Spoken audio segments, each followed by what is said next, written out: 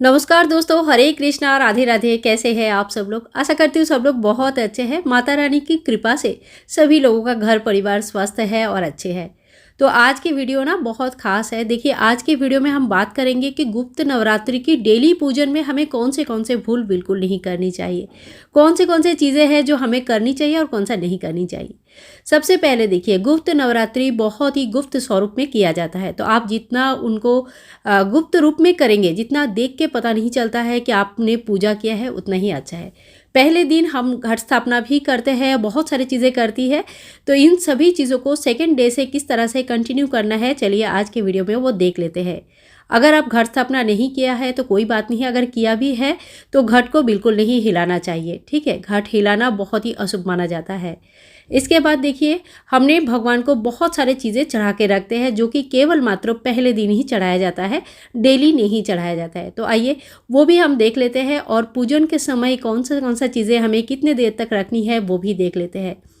तो जो भी हमने भोग प्रसाद रखा है, वो माता का भोग स्वरूप जो भी सामान आपने रखा है, ये सभी चीज़ें आपको बच्चों में और खुद खाना चाहिए और कोई भी चीज़ वेस्ट नहीं होना चाहिए। इसमें से कोई एक चीज़ आप गौ माता को ज़रूर खिलाइए। पीतल के जो बाती वगैरह आपने यूज़ किया है, जो 1 लोटा जल यूज़ किया है और अगर अखंड दीपक नहीं जलाया है तो जो अखंड दीपक आपने यूज़ किया है, इन सभी चीज़ों को शाम के समय धो देना चाहिए और अगले दिन फिर से इनकी यूज़ करना चाहिए। अगर आपने अखंड दीपक प्रज्वलित किया है तो अखंड दीपक को बिल्कुल भी ना हिलाइए और दीपक की बहुत ही अच्छी तरह से ख्याल रखें कि वो कभी भी बुझ ना पाए। समय अनुसार उनको तेल ज़रूर देते रहिएगा। माता रानी की फ़ोटो, अखंड दीपक और साथ साथ में ये जो हमने घट स्थापना किया, इन 3 चीज़ों को हाथ नहीं लगाया जाता है। अब ये पान के पत्ते और भोग प्रसाद जो है, ये सारी चीज़ें आप खुद भोग के हिसाब से ग्रहण कर सकते हैं।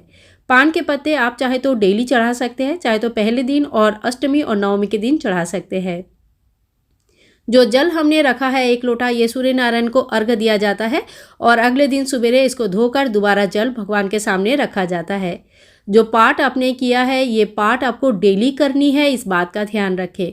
और देखिए, ये सारी चीज़ें जो पीतल के यूज़ किए हैं हमने, ये कभी भी बिना धोए दोबारा यूज़ मत कीजिएगा। लोटा का जल आप पूरे घर में चाहे तो छिड़क सकते हैं। वैसे आखिरी दिन जो हमने कलश स्थापना किया, इसका जल छिड़का जाता है। माता को पहले दिन हम सुहाग के सामग्री चढ़ाते हैं। गुप्त नवरात्रि में चढ़ाया गया सामग्री का कुछ हिस्सा आपको दान करना होता है और कुछ हिस्सा आप अपने पास माता के आशीर्वाद स्वरूप रख सकते हैं। आपको डेली सुहाग की सामग्री चढ़ाने की कोई आवश्यकता नहीं है। आप पहले दिन, अष्टमी के दिन या नवमी के दिन तथा सप्तमी के दिन भी माता को सुबह की सामग्री चढ़ा सकते हैं। तो देखिए, जो फूल है ये शाम के समय हमको हटा लेनी है। फूल को कभी भी बासी फूल को नहीं रखा जाता है। और एक टिप्स आपको देती हूँ, कोशिश कीजिएगा जो पूरा फूल है वही यूज़ कीजिएगा, इसको हटाना ईजी रहता है। हम जो यहाँ पे पंखुड़ी वगैरह यूज़ करते हैं, इसको हटाना बहुत मुश्किल होता है। माता के सामने रखा हुआ रुद्राक्ष की माला अगर आप जप करते हैं तो इनको अच्छी तरह से माँ के सामने ही दोबारा रख दीजिएगा, क्योंकि आपको डेली जप करना है नियम के अनुसार। यहाँ पे देखिए, मैंने गुलाब के कुछ पंखुड़ी माँ के चरणों में दिया था, अर्पण किया था। लेकिन इस तरह का पंखुड़ियाँ जब आप अर्पण करेंगे नवरात्रि में, तो जब हम पंखुड़ियों को हटाते हैं ना, तो फोटो को हिल जाने का चांसेस हो जाता है। इसीलिए मैं कह रही हूँ कि अगर आप पूरा फूल यूज़ करेंगे तो उसको हटाना बहुत ईजी रहेगा। तो ये छोटे छोटे चीज़ें हैं जो हमें ध्यान में रखना होता है। भगवान गणेश जी को जनेऊ आप पहले दिन चढ़ाकर रख सकते हैं और 9 दिनों तक वही जनेऊ आप दोबारा यूज़ कर सकते हैं। आप चाहे तो प्रतिदिन 7 बार लपेट के कच्चा सूत का जनेऊ बनाकर भगवान को चढ़ा सकते हैं। इस जनेऊ को या तो जल विसर्जन किया जाता है बाद में 9 दिन के बाद, या तो फिर आपके घर में कोई भी जनेऊधारी है जो पहनते हैं, वो प्रसाद स्वरूप इस जनेऊ को पहना सकते हैं। तो देखिए, पूजा होने के बाद दूसरे दिन से कुछ इस तरह से दिखते हैं हमारी चौकी, जो बिल्कुल एकदम साफ सुथरा आपको दिख रहा है। और इसमें अखंड दीपक के बारे में मैंने आप लोगों से कह दिया है ऑलरेडी। और अगर आप लोगों ने मंदिर में ही पूजा कर रहे हैं और डेली सुबह शाम प्रज्वलित कर रहे हैं, तो फिर माता के लिए अलग से एक दीपक आप जरूर जलाइए, मंदिर में जो दीपक जल रही है उसके अलावा, क्योंकि माँ के नाम का स्पेशल एक दीपक आपको जरूर प्रज्वलित करनी होती है। अखंड दीपक प्रज्वलित किया है तो उनको बार बार हाथ मत लगाइएगा। तो देखिए, इसके बाद अगले दिन से आपको फिर से भगवान को सभी को फूल चढ़ानी है, भोग चढ़ाना है। भोग को 10 मिनट के बाद ही हटानी चाहिए।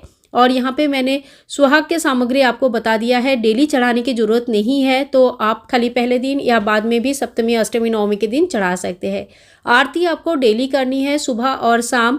दिया आपको सुबह और शाम 2 टाइम जरूर प्रज्वलित करनी है।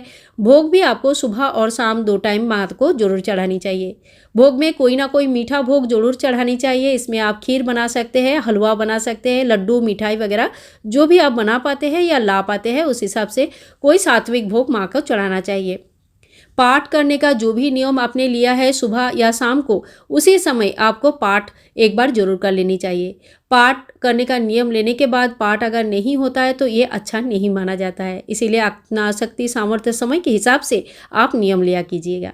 तो आशा करती हूँ आज के वीडियो आप लोगों के लिए हेल्पफुल है। अगर वीडियो थोड़ी सी भी हेल्पफुल है, थोड़ा सा भी अच्छा लगा है, तो please like, share and comment, channel को सब्सक्राइब करके रखिएगा।